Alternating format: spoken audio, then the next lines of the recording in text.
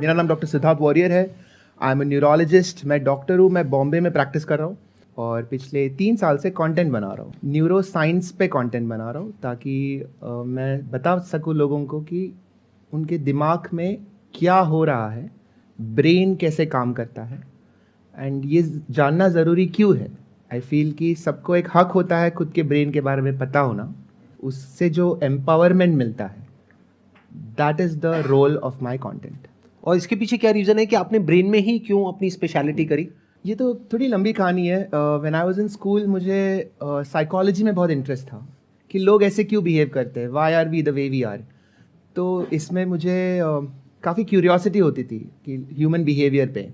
तो पहले मुझे लगा कि मैं साइकोलॉजी करूँगा, but my dad is a MD medicine doctor और वो एक इन्फ्लुएंस हुआ कि चलो मेडिसिन कर लेते हैं।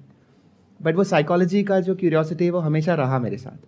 Then I realise that psychology is understanding a human person from the outside, लेकिन एक तरीका होता है पता करने का, वो है थ्रू द इनसाइड। तो ब्रेन के अंदर जो वायरिंग है, जो केमिकल्स है, जो नेटवर्क्स है, उससे भी पता चल जाता है कि लोग ऐसे क्यों है। तो आप क्या प्रॉपर स्कैन्स में देखते हो? जी। ये तो आपका डे टू डे प्रैक्टिस होगा, आई थिंक, जी राइट? जी, MRI कर लेता हूँ, CT स्कैन कर लेता हूँ। और भी डिटेल टेस्ट होते हैं, जैसे फंक्शनल MRI होता है। फंक्शनल MRI में आदमी अंदर लेटा हुआ है और अगर उनको गुस्सा आ रहा है तो एक particular part of the brain will light up. ये कैसे पता कि गुस्सा आ रहा है? ये भी तो हो सकता है कि कोई और फीलिंग हो जिसको हम गुस्से की तरह इंटरप्रेट कर रहे हैं। ब्यूटीफुल, अभी आप ऑलरेडी न्यूरो साइंटिस्ट जैसे सोचना शुरू किए हो। ये जो हर एक इमोशन का जो ओवरलैप होता है, ये बहुत इंटरेस्टिंग होता है। बिकॉज बचपन में हम लोग सोचते हैं कि प्यार अलग है, गुस्सा अलग है, जेलसी अलग है, लेकिन ये सब में जो कनेक्शंस है वो न्यूरो साइंस अभी पता कर रहा है कि there is a lot of fear in love, there is a lot of love in jealousy. So all these different things, उसमें जो ओवरलैप जो होता है वो न्यूरो साइंस के थ्रू हमें एक अलग तरीके से देखने मिलता है। तो हम एक तरीके से इन दो इमोशंस के बीच में या किसी भी दो इमोशंस के बीच में एक लाइन नहीं खींच सकते और ये नहीं कह सकते कि ये है और ये है। जैसे हमने MD मेडिसिन में ये सीखा कि हम लोग बोलते हैं कि कार्डियोलॉजिस्ट के पास जाओ, हेपेटोलॉजिस्ट के पास जाओ, न्यूरोलॉजिस्ट के पास जाओ, लेकिन बॉडी एक ही है ना। हम लोग अलग अलग ऑर्गन्स पे डिवाइड करते हैं, लेकिन Right. शरीर तो एक ही है। तो हर एक स्पेशलिस्ट को बाकी ऑर्गन्स के बारे में भी पता होना चाहिए। Right. क्योंकि हर एक स्पेक्ट्रम होता है and everything affects everything else. अगर हार्ट खराब है तो ब्रेन खराब होगा, किडनी खराब होगी थोड़े टाइम में। तो वो एक स्पेक्ट्रम होता है। तो सिमिलरली इन इमोशंस। और यही फर्क हो गया कि होलिस्टिकली एक प्रॉब्लम को देखना या एक बीमारी को देखना, Right. और एक फ्रेगमेंटेड वे में देखना। बिल्कुल। क्योंकि हो सकता है कोई डॉक्टर हो जो एक पर्टिकुलर ऑर्गन पे काम कर रहा है लेकिन उसकी जड़ कुछ और ही हो। बहुत बार ऐसा होता है कि जैसे एक पेशेंट आया था 2 हफ्ता पहले, उसका हाथ हिल रहा था, ओके, कंटिन्यूस हिल रहा था and he was behaving odd, जैसे अजीब से बात कर रहा था वो। एंड न्यूरोलॉजिस्ट के पास आया क्योंकि हाथ हिल रहा है, अजीब से बात कर रहा है। टर्न्स आउट उनका किडनी में प्रॉब्लम था। He was having something called encephalopathy, मतलब किडनी जब खराब होती है तब ब्रेन खराब होता है, क्योंकि जो कचरा जो होता है ब्रेन से जो निकलना चाहिए वो नहीं निकलती, तो वो ब्रेन में एक्यूमुलेट हो जाता है और उसको एनसेफेलोपैथी कहते हैं। तो ब्रेन ठीक से काम नहीं कर रहा है। तो अगर किडनी के बारे में अगर नहीं पता होता तो बीमारी पकड़ में नहीं आती। तो दिस इज वेरी इंपॉर्टेंट कि वो एक ओवरऑल पिक्चर, और ये सिर्फ मेडिसिन में नहीं है, आई एम श्योर हर एक कॉर्पोरेट जॉब में, हर एक सिस्टम में ये अप्लाई होता है कि every part of the system will apply to everything else, will affect everything else. या I was about to say that, मतलब बहुत बार लाइफ में क्या होता है, हम अपनी लाइफ में एक पर्टिकुलर एरिया पे काम कर रहे होते हैं जबकि हम उसके रूट को नहीं कभी समझ पाते हैं या एक्चुअल में नहीं समझ पाते उसका कॉज क्या है। ऐसा आप भी कई बार फेस करते होंगे, राइट? बहुत बार। इनफैक्ट हर एक OPD में हर एक पेशेंट मेरे लिए एक पजल होता है, क्योंकि वो पेशेंट आ रहा है एक प्रॉब्लम से, लेकिन क्या वो असली प्रॉब्लम है कि that is just a cause of some other problem जिसको उसने देखा ही नहीं है, उसने नोटिस भी नहीं किया हो। So this is always there. तो वहां पे एक डॉक्टर का बायस भी तो आ जाता होगा ना, क्योंकि उस तरह का पेशेंट उस तरह के सिम्टम्स के साथ में आपने पहले जब देखा होगा तो आपके माइंड में सबसे पहला थॉट यही आएगा कि अच्छा कुछ वैसा ही है, जबकि हर केस अपने आप में अलग होता है, right? This is one of the biggest challenges of medicine. इसको अवेलेबिलिटी बायस कहते हैं। तो मैंने ये मेडिसिन में देखा था, MBBS में मैं जब पढ़ाई कर रहा था, टेक्स्ट बुक है, उसमें थाउजेंड्स ऑफ डिजीजेज आते हैं, उसमें से 2-3 डिजीज ऐसे होते हैं जो काफ़ी रेयर होते हैं, but when you read it और उसके अगले दिन आप जब हॉस्पिटल जाओगे तो सडनली हर एक पेशेंट तुमको लगेगा कि ये यही है, क्योंकि that is the last thing you read. और इसको अवेलेबिलिटी बायस कहते हैं, कि जब ब्रेन ढूंढता है कि इसका कारण क्या होगा, तो जो सबसे लास्ट आपने जो सोचा था उसको जोड़ देता है कि ये उसके वजह से ही हुआ होगा. This always happens. हम लोग जिससे भी मिलते हैं, we look for ourselves in that person, relate करने की कोशिश रिलेट करते हैं, करने की कोशिश, क्योंकि तभी समझ आएगा, नहीं तो हम एक अननोन टेरिटरी में चले जाएंगे and we will start getting scared, right? Exactly. क्योंकि समझ ही नहीं आएगा कि हो क्या रहा है. एग्जैक्टली. जो इन्फॉर्मेशन हमारे पास आई उसको प्रोसेस करके फटाफट से कहीं किसी कंपार्टमेंट में या डिपार्टमेंट में फिट करेंगे, हाँ, जिससे कि हमको समझ आ गया कि ये क्या है, चाहे नहीं भी आया बट वो फीलिंग आ गई कि हाँ मुझे समझ आ रहा है क्या हो रहा है, I know, I am in control. I know, मतलब वो एक फीलिंग आ जाती है कि चलो, if I am in that position, this is how I will do it now. मुझे समझ में आ गया. एक्चुअली समझ में आ गया कि नहीं वो अलग बात है, बट वो एक फीलिंग आ जाता है कि मुझे समझ में आ गया. और शायद यहाँ पर फेथ का, बिलीफ का, इन सब का रोल देखा जाए तो आ जाता है. फॉर एग्जाम्पल, किसी इंसान ने ताबीज पहना हुआ है, हाँ, जो हम कहने को ये भी कह सकते हैं कि वो अंधविश्वास है, लेकिन उस ताबीज की वजह से अपनी ब्रेन में वो सेफ फील कर रहा है, सिक्योर फील कर रहा है, तो हो सकता है उसकी लाइफ एक सही डायरेक्शन में जाने लग जाए, उस ताबीज की वजह से नहीं, but because of that thought कि मैं सेफ हूं, तो वो एट ईज हो गया. 100%. जैसे एक बच्चा है, रो रहा है, जैसे ही मम्मी रूम में आ गई, रोना बंद हो गया. अभी वो अगर समझो वो बच्चा एक्चुअल डेंजर में था, the mother might not have been able to do a lot, लेकिन उसके दिमाग में वो एक कामनेस आ जाता है कि चलो ये है, अभी नाउ आई एम सेफ. अगर if the mother is not there, लेकिन मम्मी ने एक लॉकेट दिया है और वो बंदा पहन रहा है वो लॉकेट, तो वो साइकोलॉजिकल कनेक्शन अभी भी हो सकता है कि चलो, in my mind my mom is there with me. तो that can give you enough calmness to do the actual work. तो मैं हमेशा सोचता हूँ कि रिलीजन और स्पिरिचुअलिटी का एक बहुत ही बड़ा हिस्सा है फेथ. आप किस पे फेथ कर रहे हो is secondary to do you have faith at all.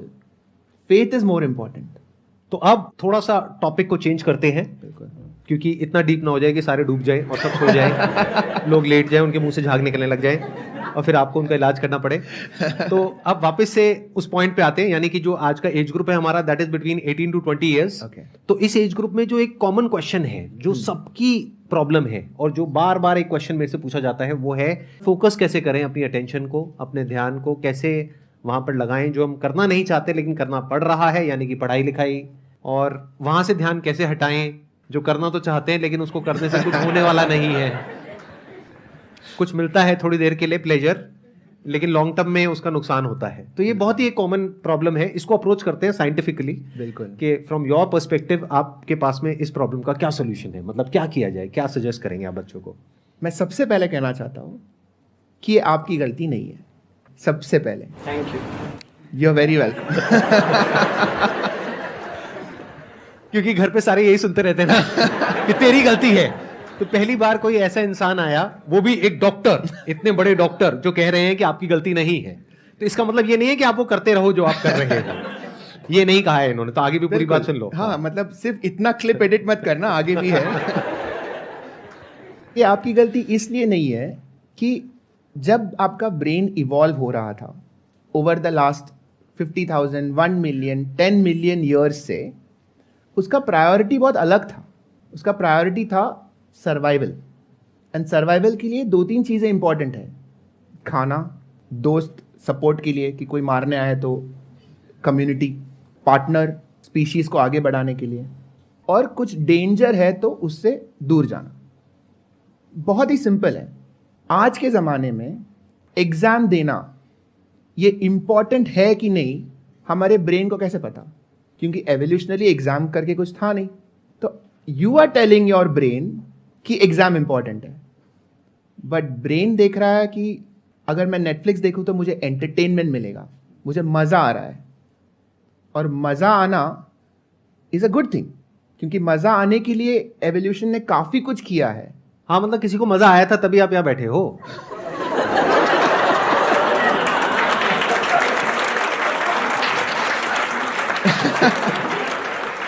उनकी भी गलती नहीं थी. तो ये जो हम लोग कह रहे हैं ना कि मुझे डिस्ट्रैक्शन हो रहा है, एक्चुअली ब्रेन को लग रहा है कि वो ज़्यादा इंपॉर्टेंट है और आप ये फालतू की चीज़ों में टाइम वेस्ट कर रहे हो, जैसे एग्जाम्स और पढ़ाई। ब्रेन को समझ में ही नहीं आ रहा है कि एग्जाम पढ़ाई इंपॉर्टेंट है, क्योंकि ब्रेन को फ्यूचर के बारे में सोचना नहीं आता। सच ये है कि हमारा जो प्रिमिटिव ब्रेन है, जो पुराना ब्रेन है, इसको लिम्बिक सिस्टम कहते हैं, पुराना ब्रेन है, इसको फ्यूचर के बारे में सोचना आता ही नहीं है। इसको सिर्फ अभी के बारे में सोचना आता है, अभी का, आज का, इधर का, इमीडिएट। अभी क्या थ्रेट है, क्या डेंजर है, या क्या प्लेजर है। बस आज मैं पढ़ाई करूंगा, 4 साल में डिग्री मिलेगी, 10 साल में जॉब मिलेगी, फिर मैं अच्छा गाड़ी खरीद, वो सब मतलब हम बोलते हैं, लेकिन फंडामेंटली तुम्हारे लिम्बिक सिस्टम में वो घुसता नहीं है, वो समझ में नहीं आता उसको।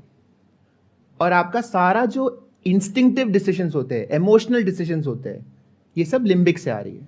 तो जो इवॉल्व्ड ब्रेन है, जो अभी अभी आया है, 10, 15, 20 हजार साल में आया है, बल्कि पढ़ाई लिखाई देखा जाए तो अभी 50-100 साल में आई है। पढ़ाई तो अभी अभी आया है, बट जो इवॉल्व्ड ब्रेन है, that is the one that is logical, that can look into the future, plan कि अच्छा मुझे ये बनना है, ये बनना है। बट आप एवोल्यूशनरीली देखोगे तो limbic system is like your great grandfather, और तुम्हारा जो सबसे इवॉल्व्ड पार्ट है दैट इज अ इन्फेंट, बच्चा है वो। तो कोई भी बच्चा ग्रेट ग्रैंडफादर को नहीं बता सकता कि ये करो, this is how you are born with this inequality, तो एक चांस ही नहीं है। But as you keep growing, हमारा इवॉल्व पार्ट, जिसको PFC कहते हैं, उसका फुल फॉर्म है प्री फ्रंटल कॉर्टेक्स, जो if you tap your forehead, उसके जस्ट पीछे जो पार्ट है, that is the most evolve part. As you keep growing, इसी को मैच्योरिटी कहते हैं, कि prefrontal cortex becomes stronger and stronger. It develops the capacity to tell the limbic system कि ये करो, ये नहीं करो। और वो स्ट्रॉन्ग कैसे होता है? Through experience, through knowledge, through life. इसी को मैच्योरिटी कहेंगे कि जैसे टाइम बढ़ता है, यूजुअली 25 ईयर्स मानते हैं, एब्स्ट्रैक्ट है, बट 25 साल की उम्र में प्री फ्रंटल कॉर्टेक्स इवॉल्व हो जाता है। तब तक तो इनकी लाइफ की धज्जियां उड़ जाएगी। क्योंकि अभी ये सारे 18-19 साल के हैं, अगर तब तक इनको समझ आएगा कि ये जो कर रहे हैं उसकी वजह से क्या गड़बड़ होने वाली है, बिल्कुल, बट ये तो एक बहुत बड़ी प्रॉब्लम हो गई जिसका हमको सोल्यूशन निकालना पड़ेगा। क्या ऐसा कुछ हो सकता है, जैसे अभी इनकी एज है मान लो 18-19 साल, इनका जो प्री फ्रंटल कॉर्टेक्स है वो इतना डेवलप हो जाए जितना कि एक 25 साल के आदमी का होता है? क्या ऐसा कोई तरीका है? बहुत सारे लोग हैं। There are so many children who are at 17, 18, 20, 22 are achieving very good things because they have learned to control their limbic system. और वो कैसे होता है? Most important is motivation. हम लोग क्यों कर रहे हैं? PFC कह रहा है कि एग्जाम के लिए पढ़ाई करो, क्यों पढ़ाई करें? अगर वो क्यों बहुत क्लियर है दिमाग में, तो PFC will overcome the limbic. और वो क्यों सिर्फ क्लियर होने से नहीं होगा, मान लो किसी को क्लियर हो भी गया बट कुछ देर के लिए क्लियर हुआ, फिर उसके बाद में और जो हमारा जो डिफॉल्ट सिस्टम है उसने ओवर पावर कर लिया उस क्यू को, तो that cue has to be reinforced and it has to be a constant thought and a constant reminder, और वो डोमिनेटिंग थॉट होना चाहिए, तभी वो हमारी बायोलॉजी को सरपास कर सकता है। राइट?